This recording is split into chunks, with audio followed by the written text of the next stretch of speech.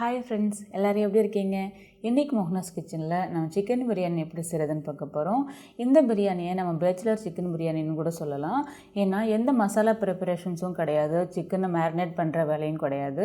நினச்ச உடனே அரை மணி நேரத்தில் இந்த சிக்கன் பிரியாணி நம்ம செஞ்சு முடிச்சிடலாம். வீட்டில் இருக்கக்கூடிய நார்மல் மசாலா பொடிகளை மட்டுமே பயன்படுத்தி இந்த பிரியாணியை ரொம்ப அட்டகாசமாக செய்ய போகிறோம். இதோட டேஸ்ட்டு பார்த்திங்கன்னா ரொம்பவே சூப்பராக இருக்கும். இந்த பிரியாணி செய்கிறதுக்கு முதல்ல அடுப்பில் ஒரு பாத்திரம் வச்சுருக்கேன். இதில் 2 டேபிள் ஸ்பூன் அளவுக்கு எண்ணெய் சேர்த்துக்கலாம். எண்ணெய் கூடவே 2 டேபிள் ஸ்பூன் அளவுக்கு நெய் சேர்த்துக்கலாம். நெய் வேண்டான்றவங்க அவாய்ட் பண்ணிக்கோங்க. எண்ணெயும் நெய்யும் நல்லா காஞ்சதுக்கப்புறமா 2 சின்ன துண்டு பட்டை, 3 கிராம்பு, 4 ஏலக்காய், 1 நட்சத்திர சோம்பு சேர்த்துக்கலாம். இது கூடவே ஒரு பிரியாணி இலை, 1/4 டீஸ்பூன் சோம்பு, 4 பச்சை மிளகா, 1 கொத்து கருவேப்பிலை. இதெல்லாமே நல்லா வறுபட்டதுக்கப்புறமா நீளவாட்டில் கட் பண்ண 2 மீடியம் சைஸ் வெங்காயத்தை சேர்த்துக்கலாம். வெங்காயம் ஓரளவுக்கு வதங்கினதுக்கப்புறமா 1 டேபிள் ஸ்பூன் அளவுக்கு இஞ்சி பூண்டு விழுது, கொஞ்சமாக புதினா இலை, கொஞ்சமாக கொத்தமல்லியை சேர்த்துட்டு கலந்துக்கலாம். இஞ்சி பூண்டு விழுதோட பச்சை வாசனை எல்லாமே போயிடுச்சு. அடுத்ததில் 3 மீடியம் சைஸ் தக்காளியை நீளவாட்டில் கட் பண்ணி வச்சுருக்கேன். இதை சேர்த்துக்கலாம். தக்காளி நல்லா குழைய வதங்கட்டும். இப்போ தக்காளி நல்லா வதங்கிடுச்சு. அடுத்ததில் மசாலா பொடிகளை சேர்த்துக்கலாம். 1/2 டீஸ்பூன் மஞ்சள் தூள், 1 டீஸ்பூன் மிளகாய் தூள், 1 டீஸ்பூன் தனியாத்தூள், 1/2 டீஸ்பூன் கரம் மசாலா, 1/2 டீஸ்பூன் சீரகத்தூள். மசாலா பொடிகள் எல்லாமே எண்ணெயில் நல்லா வதங்கினதுக்கப்புறமா நம்ம சிக்கன் சேர்த்துக்கலாம். நான் இன்றைக்கி 1/2 கிலோ சிக்கனை நல்லா வாஷ் பண்ணிட்டு எடுத்துருக்கேன். இதை சேர்த்துக்கலாம்.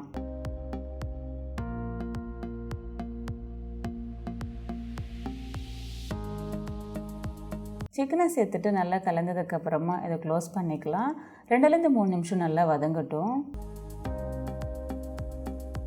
இப்போ பாருங்கள், சிக்கன் நல்லா வதங்கிடுச்சு. அடுத்ததில் 1/4 கப் தயிர், 1 டீஸ்பூன் லெமன் ஜூஸ் சேர்த்துக்கலாம்.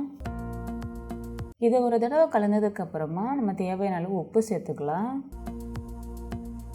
அடுத்ததில் நம்ம தண்ணி சேர்த்துக்கலாம்.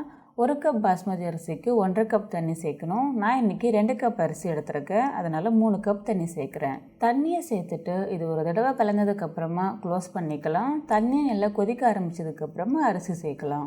இப்போ பாருங்கள், தண்ணி நல்லா கொதிக்க ஆரம்பிச்சிருக்கு. அடுத்ததில் நம்ம அரிசி சேர்த்துக்கலாம். நான் இன்றைக்கி 2 கப் பாஸ்மதி அரிசியை, அதாவது 400 கிராம் அளவுக்கு பாஸ்மதி அரிசியை நல்லா வாஷ் பண்ணிவிட்டு 10 நிமிஷம் ஊற வச்சு எடுத்துருக்கேன். இதை சேர்த்துக்கலாம். அரிசியை சேர்த்துட்டு ஒரு தடவை கலந்ததுக்கப்புறமா உப்பு செக் பண்ணிக்கோங்க. இப்போ நம்ம உப்பு செக் பண்ணும்போது கொஞ்சம் உப்பு கரைக்கிற மாதிரி இருக்கணும். அப்போ தான் சாதம் வெந்து வரும்போது உப்பு கரெக்டாக இருக்கும். அடுத்து இதை க்ளோஸ் பண்ணிவிட்டு மிதமான சூட்டில் நல்லா வேக விடுங்க. இப்போ பாருங்கள், தண்ணி எல்லாமே சுண்டி சாதமாக 70% வெந்துருச்சு. தம் போடுறதுக்கு முன்னாடி 1/2 டீஸ்பூன் நெய் சேர்த்துக்கலாம். இது கூடவே கொஞ்சமாக புதினா இலை, கொஞ்சமாக கொத்தமல்லி சேர்த்துக்கலாம். ரொம்ப சிம்பிளான மெத்தடில் தான் இன்றைக்கி நான் தம் போட போகிறேன். ஒன்றும் இல்லைங்க, ஒரு காட்டன் துணியை இந்த மாதிரி பாத்திரத்துக்கு மேலே போட்டுக்கோங்க. அது முடிஞ்ச அளவுக்கு ஒயிட் கலராக இருந்துச்சுன்னா நல்லாயிருக்கும். இதுக்கு மேலே இந்த பாத்திரத்தோட மூடியை வச்சுட்டு நல்லா அழுத்திக்கலாம். இந்த மாதிரி துணிக்கு பதிலாக உங்ககிட்ட அலுமினியம் ஃபாயில் இருந்துச்சுனாலும் யூஸ் பண்ணிக்கலாம். அடுத்து அடுப்பில் ஒரு தோசைக்கல் வச்சுருக்கேன். இந்த தோசைக்கல்லுக்கு மேலே நம்ம ரெடி பண்ணி வச்சுருக்கிற பிரியாணி பாத்திரத்தை வச்சுக்கலாம். அடுப்பு சிம்மில் வச்சுட்டு 15 நிமிஷம் வேக விடுங்க. 15 நிமிஷம் ஆனதுக்கப்புறமா ஸ்டவ் ஆஃப் பண்ணிவிட்டு உடனே ஓப்பன் பண்ண வேண்டாம், 10 நிமிஷம் கழித்து ஓப்பன் பண்ணுங்கள்.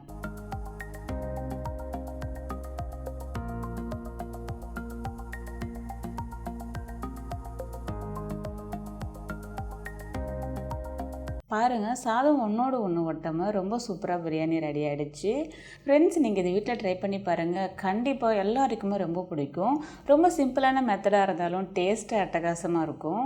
இந்த சிக்கன் பிரியாணியை நல்லா சமைக்க தெரிஞ்சவங்க மட்டும் இல்லைங்க, சுமாராக சமைக்கிறவங்களா இருந்தாலும் சூப்பராக செஞ்சு அசத்தலாம். அவ்வளோதாங்க, ரொம்ப டேஸ்டியான நம்முடைய சிக்கன் பிரியாணி ரெடி ஆகிடுச்சு. இதை நீங்கள் வீட்டில் ட்ரை பண்ணி பார்த்துட்டு எப்படி இருந்துச்சுன்னு மறக்காமல் கமெண்ட்டில் சொல்லுங்கள். இன்றைக்கி இந்த சிக்கன் பிரியாணி கூட ரைத்தாவும் முட்டையும் வச்சு சர்வ் பண்ணுறேன். இந்த மாதிரி நிறைய சிக்கன் பிரியாணி ரெசிபிஸை பார்க்க நம்முடைய சேனலை இது வரைக்கும் சப்ஸ்கிரைப் பண்ணாதவங்க சப்ஸ்கிரைப் பண்ணுங்கள். இந்த வீடியோவை எல்லாருமே பார்க்கணுன்னு நினச்சிங்கன்னா உங்களுடைய ஃப்ரெண்ட்ஸுக்கும் ஷேர் பண்ணுங்கள். மீண்டும் அடுத்த வீடியோவில் சந்திக்கிறேன். பாய்.